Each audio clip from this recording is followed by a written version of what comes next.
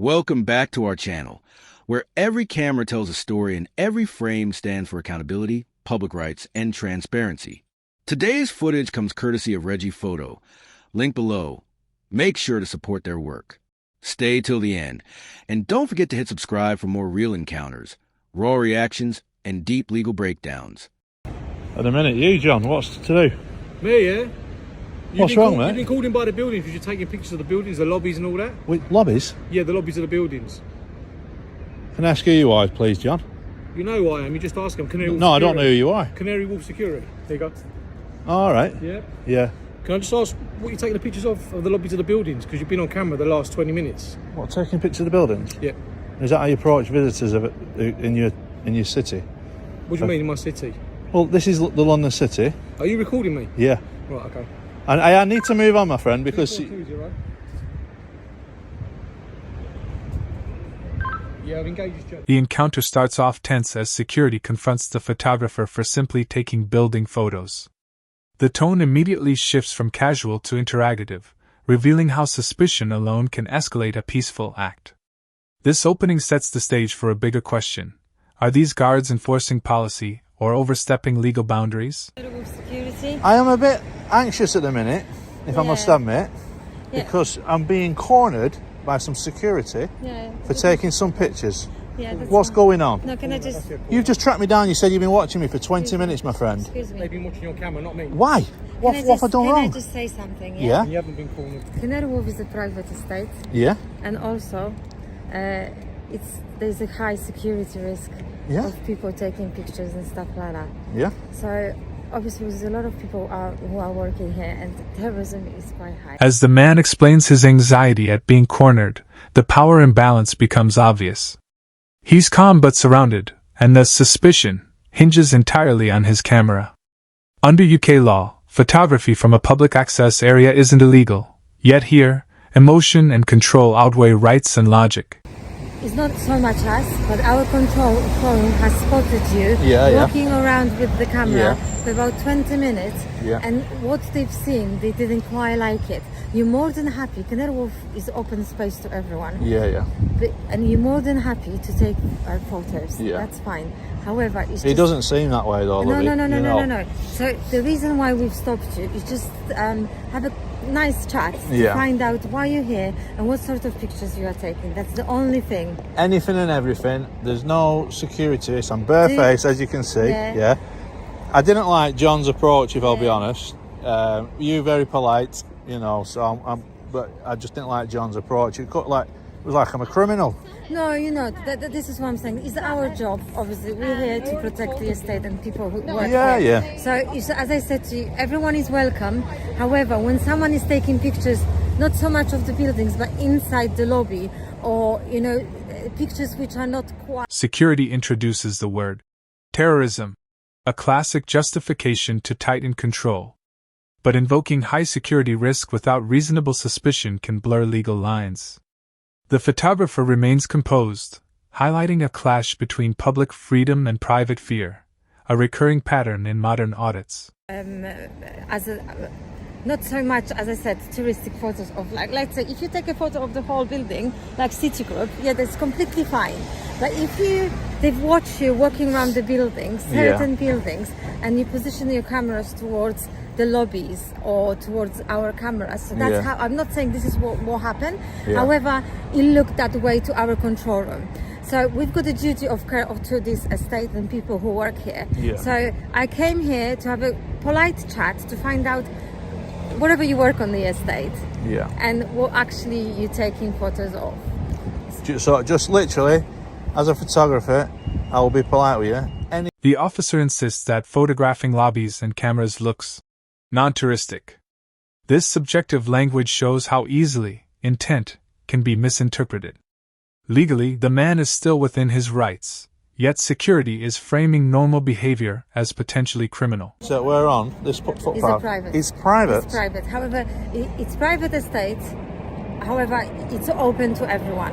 However, if someone doesn't behave a certain way, we can allow the person to live with but I've not been bad behaved or anything like that. I'm not saying that you have. You have to understand why I came here. It's to do with terrorism threat that Canary Wharf is facing. Yeah. So I've got the duty of care. No, I fully understand your duty of care. You're right? more than welcome. I'm not saying that I'm going to ask you to leave or anything. Yeah, yeah. I came here to have a friendly chat. Yeah, yeah. To find out whatever you are willing. I'm not saying that you have to and you're obliged to show me your photos. But if you are so kind, because I'm asking you politely, whatever I can go through the photos you've taken. No. And like I say, not to go through, like, if you can. Now comes the request to review his photos, a subtle but significant overreach. Without legal authority or a warrant, security has no right to inspect personal property.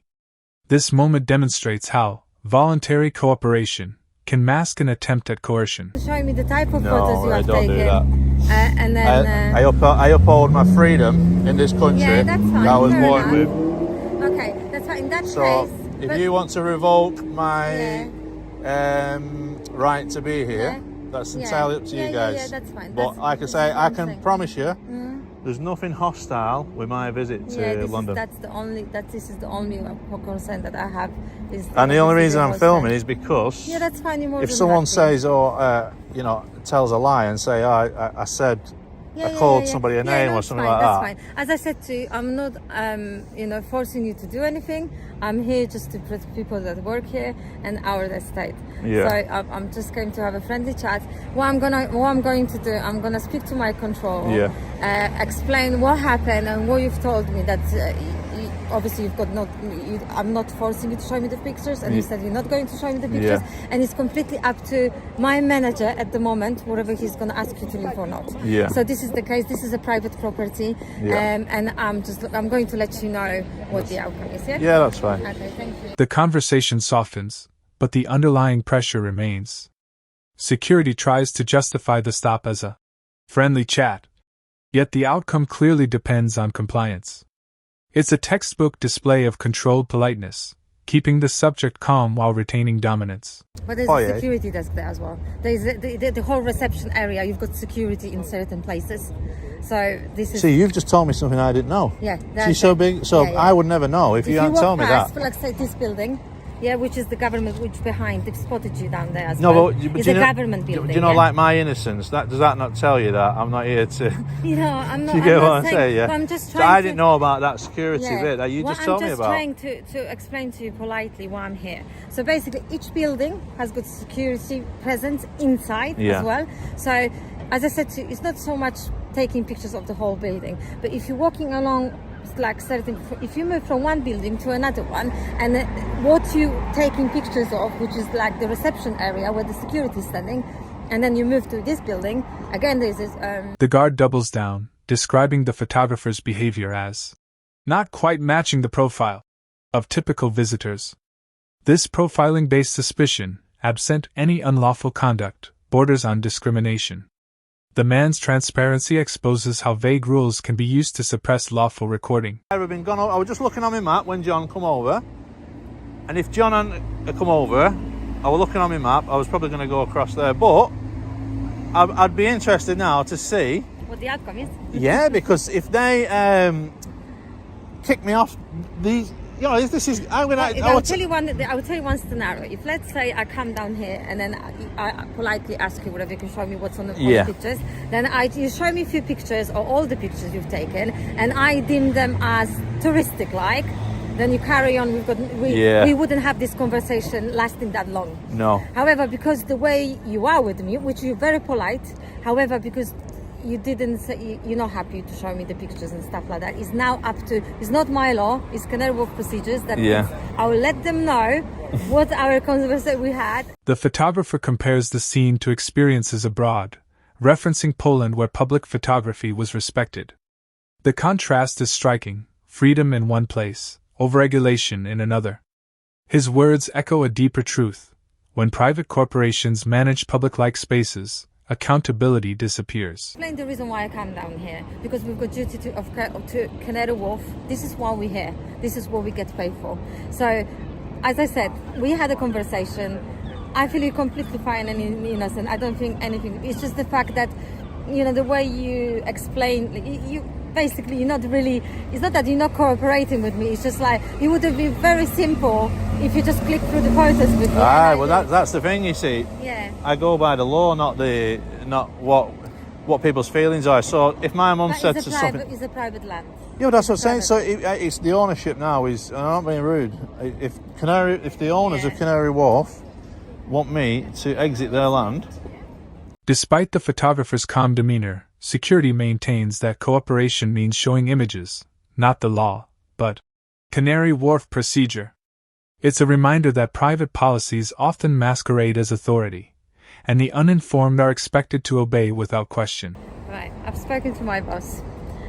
Because actually I found out, which I didn't know at the time, that the whole concern about you taking photos was raised by actual buildings, not our security control room. Okay. So this is because we've got duty of care to every building. On this occasion, it's just because obviously the private estate, I will have to ask you to politely leave the estate. Leave the estate. I did tell you before, it's a private property. You've got no, obviously you don't have to show me anything, you don't have to explain yourself, you're a free man, in a free country. However, it's because it's private property, as much as I can do now. After a long exchange, the decision is made. He must leave the property. No law was broken, no disturbance caused, yet he's ordered off. Private land for security comfort. This moment reveals the heart of the issue.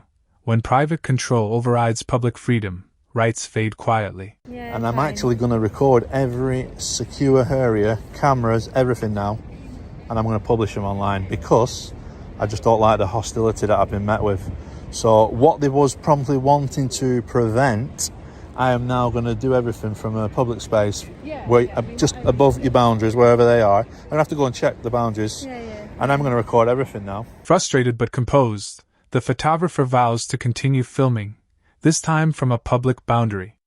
His response transforms resistance into lawful defiance, proving that knowledge of rights can turn a forced exit into an act of accountability. It is. I've not done anything wrong. I know, and I accept the fact you have not done anything wrong. But do you understand our point of view? No, I don't, because I'm not. If I'd gone into a restricted area, or I tried to breach any security or anything, I could quite understand, but because I haven't done any of them things. But the way I've approached you, it was just seeking... Oh no, you've been totally fine with me. I can't... I've been here to seek information, trying to get people above you are the ones who are telling you... No, the thing is, we've got rules and regulations. Security insists they understand his point, but still cite rules and regulations.